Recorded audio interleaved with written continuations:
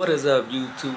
It's your boy Timon, and today we're going to be installing the PRL Titanium Inlet pipe for your 10th gen Honda Civic SI. Let's get it, boys.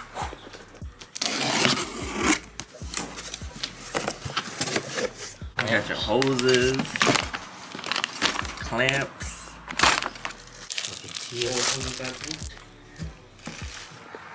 So the titanium inlet pipe is going to look something like this in the engine bay.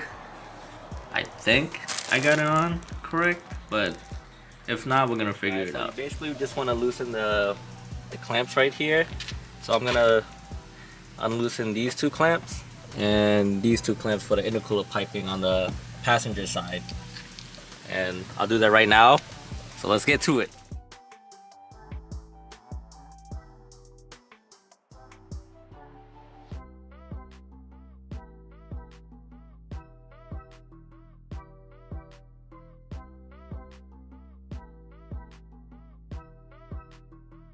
So now we're on to the intercooler piping. So I'm just gonna get these two clamps real quick. You guys need to reach into tighter places without using like a small flathead. It uses an 8mm socket. Let's go. So you're gonna need to pull this hose off from the intercooler right here, and this one off.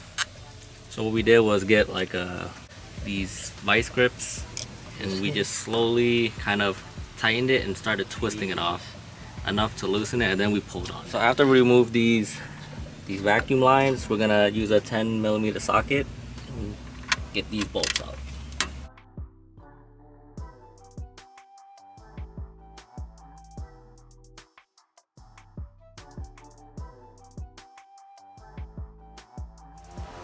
Alright guys, so with this sensor, you just want to push down on this clip and pull out. Have a good grip on it. And with this one, so there should be like a small tab right here. What you want to do is pull down and pull out, and this should loosen just a tad bit to give you more room. Alright guys, so I'm gonna try to take out this 10mm bolt. Alright guys, so there's gonna be a 10mm bolt that's connected to I think the turbo. Oh, that came out really easily. This one connects the inlet pipe to the turbo. Alright guys, so basically we were having trouble trying to figure out how to pull the stock inlet pipe out, and you just basically have to follow these. And these are 12mm bolts that you would need a 12mm socket to pull them all out.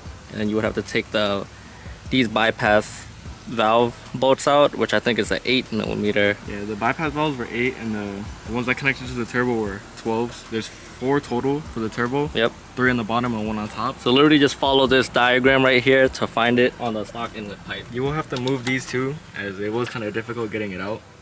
All these hoses. Yeah, you want to be able to drop it in there nice and easy. See the comparison. See, I'm in the way. So there will be O-rings that you have to put in that aren't in there already. They're different sizes. There's one that's bigger and one that's smaller, so you can't mix them up. It's not that hard. And then you can install from there. Alright guys, so we have the cast piece on, and we have 3 out of the 4 bolts on. The last one we're trying to get to is this one right up here. Right there. Right there. Which is really tight, so you probably have to put like an extension through there. It's literally like right here. Yeah, like right there. But this is how it looks so far. We're gonna put the bypass valve on after, and this is how all the hoses you have to take out.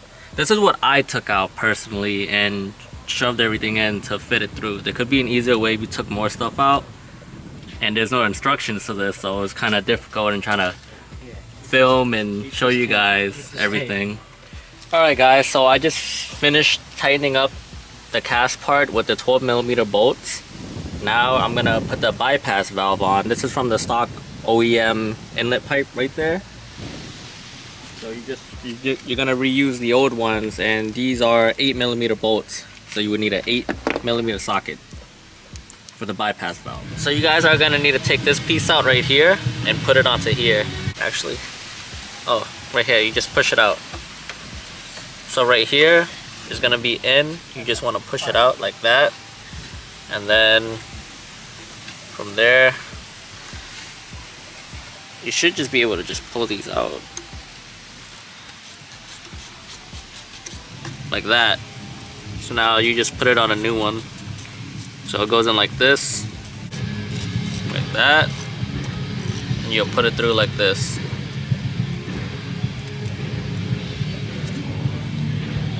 Just like that. Alright guys, so that piece that we just put in, you want the screw or whatever on the left side. When you put a bolt in, it'll go right through.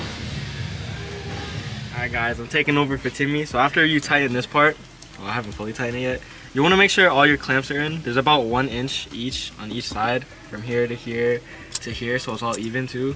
I haven't put this clamp on yet. This hose, you have to put 2 clamps on, they're small ones. You can't forget about your intercooler hose either. We'll do that after. But then you also can't forget about all these other hoses you might have disconnected when pulling it all apart. Alright guys, so after about 6 hours of installing it, this is the final showcase of the product. Shoo! Look at that. It's all dirty, but don't worry. We're gonna clean it up. Alright guys, so we're gonna go on a little test drive and see how it sounds and everything. See if I notice anything different. Alright, let's go.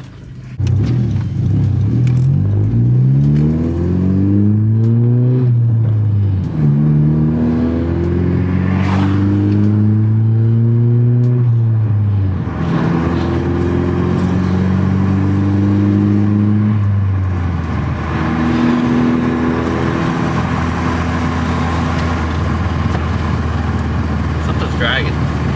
Did you put everything up in? Yeah, I did.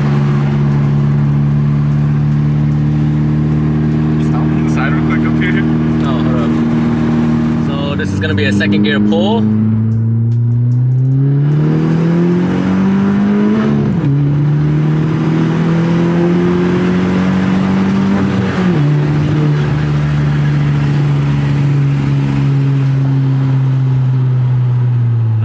She pulls, Justin. I don't know. I think she pulls slightly better. Just a tad bit better. You can, I don't know. I could feel it just keep wanting to push and go. It's not, I don't know. It doesn't drop off. It doesn't, yeah, exactly. It doesn't drop off. There's slightly less lag. I think that's what I'm feeling. There's definitely slightly less lag than before. For sure. Like, for sure. Oh, Justin, there goes that. It broke off. Oh, it broke off. What is up, YouTube? It's your boy Timon, and we're back. I forgot to make an outro, so I'll just give you a little preview of everything that's been going on. But as you can see, we finally got the inlet pipe on, and I think earlier there was a slight gap, and I had to fix that a little bit. All you had to do was kind of loosen everything up a little bit and just rotate the inlet pipe and try to get it more flush. Not as much of a big gap there, right here. Also, my fender lining came off because the tabs on the bottom, I guess we didn't put enough tabs back on. So while I was driving, everything was loose underneath the car and my fender liner just like ripped right out. So I gotta get that fixed soon. But here's the intercooler piping, and so here's one thing too. So as you can see, it's kind of coming off right there. So what you want to do is, I think I have the intercooler piping kind of tilted just a tad bit. It's like a small kink. If you guys can definitely feel it. I don't know if you guys can see that, this little kink right here. So I just gotta rotate the intercooler piping to get that fixed and squared away, and it should fit flush right there. All in all, if you want to reduce intake temps and shed heat off faster, I'd say get the titanium pipe. I don't notice a difference from my Ktuner V2, but anyone looking to do more extensive research might be able to tell the small differences and stuff. But for the price, I'd say it's not bad, and it adds a little bit of engine bling. Look at it. It really does stand out in the engine bay, most of all. But yeah, this is how all the vacuum lines go. I'm hoping this is one of the few inlet pipe install videos that you guys will be able to step by step kind of go by. It was kind of tough for me using common sense. with car parts, car things, I'm new with you guys, so I'm doing this just like anyone who's new to the car scene. As you can tell, the little kinks and fender liner and not putting enough tabs and everything. But other than a few minor hiccups from your boy installing it, I think it's pretty straightforward, and I hope you guys enjoyed the video. Give it a thumbs up, like it up, comment any questions you guys got down below, and I'll see you next time. Peace!